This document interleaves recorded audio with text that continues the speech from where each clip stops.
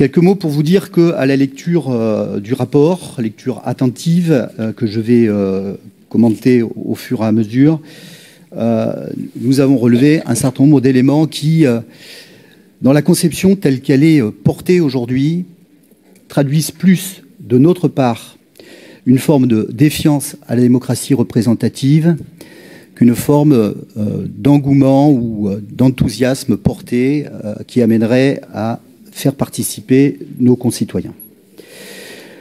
Alors évidemment, cette question de la démocratie participative n'est pas simple. Elle intervient sur fond d'abstention massif et elle est souvent présentée, c'est le cas d'ailleurs dans le rapport que vous portez, comme un moyen de revigorer, de régénérer les pratiques démocratiques qui finalement viendraient conforter la démocratie représentative, comme si finalement intéressé plus par la participation conduisait à retrouver le chemin de l'isoloir.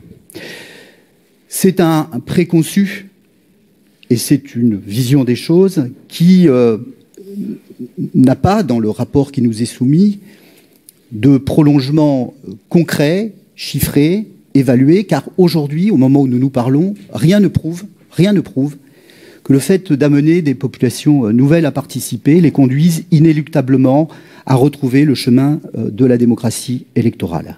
C'est un premier point.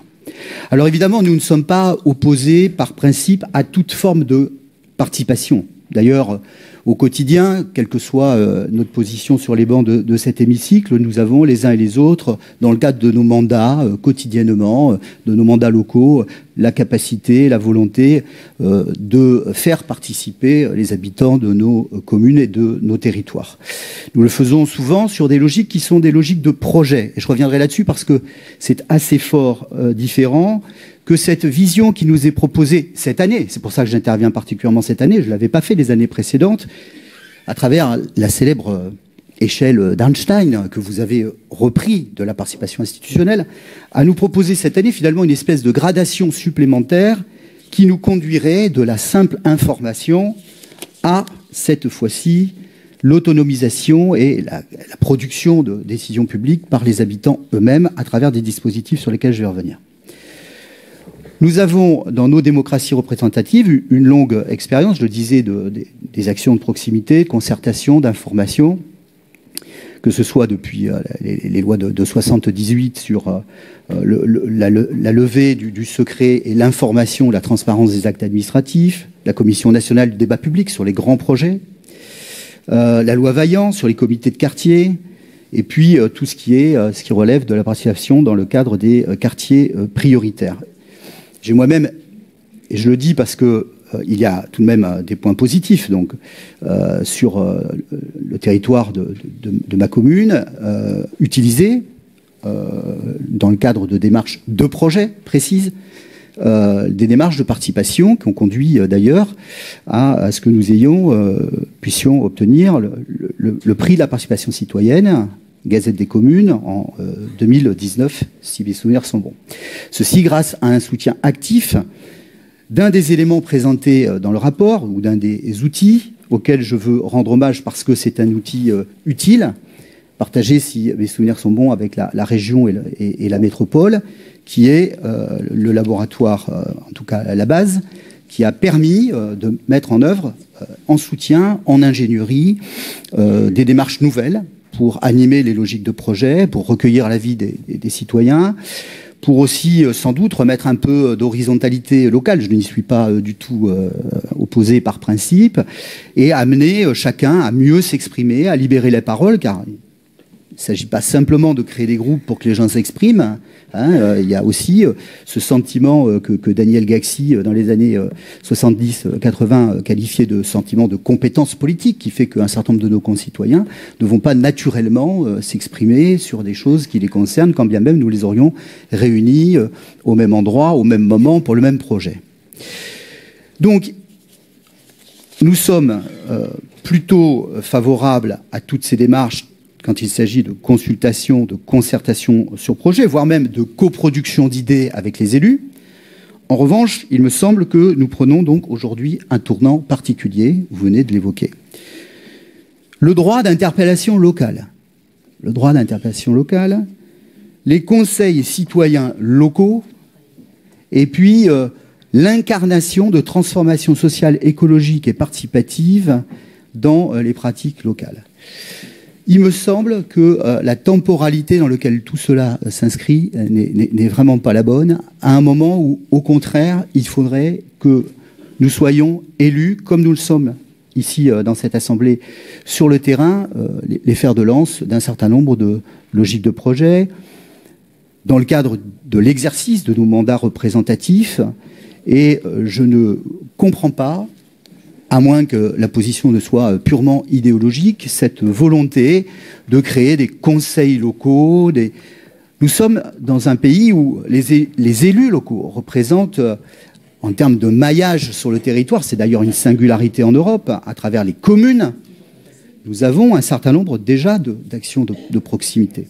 Et les collègues qui sont sur le terrain, comme vous l'êtes ici tous, le savent bien. Donc, je suis dubitatif, pour ne pas dire plus, sur cette idée qui me semble décalée de conseils locaux. Je suis aussi critique sur le budget participatif. D'ailleurs, je rappelle au passage, mais je pense que c'est connu de tous, que ces budgets participatifs sont nés en 1989 à Porto Alegre, et ils sont nés, c'est peut-être la tâche originelle, ils sont nés d'une défiance à l'égard des instances représentatives. Ils étaient là pour lutter contre la corruption. Alors je sais que ce n'est pas du tout votre idée, mais c'est quand même la genèse des budgets participatifs. Alors lorsque je regarde ce qui nous est proposé dans le cadre de cette, je rappelle, haute ambition démocratique, qu'est-ce que je vois? Je fais quelques comparaisons avec d'autres départements. Comparaison n'est pas raison, les départements n'ont pas les mêmes structures budgétaires, on le sait, mais quand même. Les Deux-Sèvres, 2 millions d'euros, 5% du budget d'investissement. Paris, 100 millions d'euros, 5% du budget d'investissement. Indre-et-Loire, 1,4 million d'euros, 2% du budget d'investissement. Vous pourrez m'objecter que d'autres font bien moins, et bien moins que nous, sans doute. Deux spécialistes, alors je cite des sources importantes qui vous feront plaisir, Président, puisqu'il s'agit de spécialistes de la Fondation Jean Jaurès, soulignent que pour qu'il puisse y avoir à la fois sincérité et efficience des budgets participatifs, le niveau auquel ils devraient se placer, ce sont les propos d'Yves Saint-Omer et d'Antoine Bézard, les niveaux auxquels ils devraient se placer sont à peu près, en termes de médiane nationale, à 5 € par habitant, et que la part du budget d'investissement consacré au participatif devrait être aux alentours de 5%. Autant dire que, de notre point de vue, le compte n'y est pas. Si l'ambition démocratique de haute intensité est là, l'ambition n'y est pas. Dire aussi que peut-être dans ces budgets participatifs, alors c'est un conseil, il arrive que l'opposition puisse donner des conseils, mais peut-être serait-il utile de chiffrer l'ensemble de la communication liée au budget participatif. Je pense qu'on verra ça lors de la prochaine réunion de la commission 19, communication, évidemment, parce que du coup, il y a sans doute des éléments dans cette communication qu'il faudrait réintégrer dans ces budgets. Et puis vous dire aussi que la commission mixte du budget participatif, je ne sais pas si elle existe encore. D'accord. Nous souhaiterions évidemment être associés aux travaux dès qu'elle se réunira, car en filigrane de tout cela, si nous voulons que la démocratie soit participative, elle doit s'étendre à l'ensemble des élus compris, y compris ceux de l'opposition départementale. Et donc, nous prendrons part aux travaux auxquels, j'imagine, vous nous inviterez, en dehors, évidemment, des travaux que vous nous proposez, qui sont les travaux de conseils citoyens locaux, à moins qu'on ne monte à un conseil citoyen des élus ici, parce que nous sommes aussi des citoyens.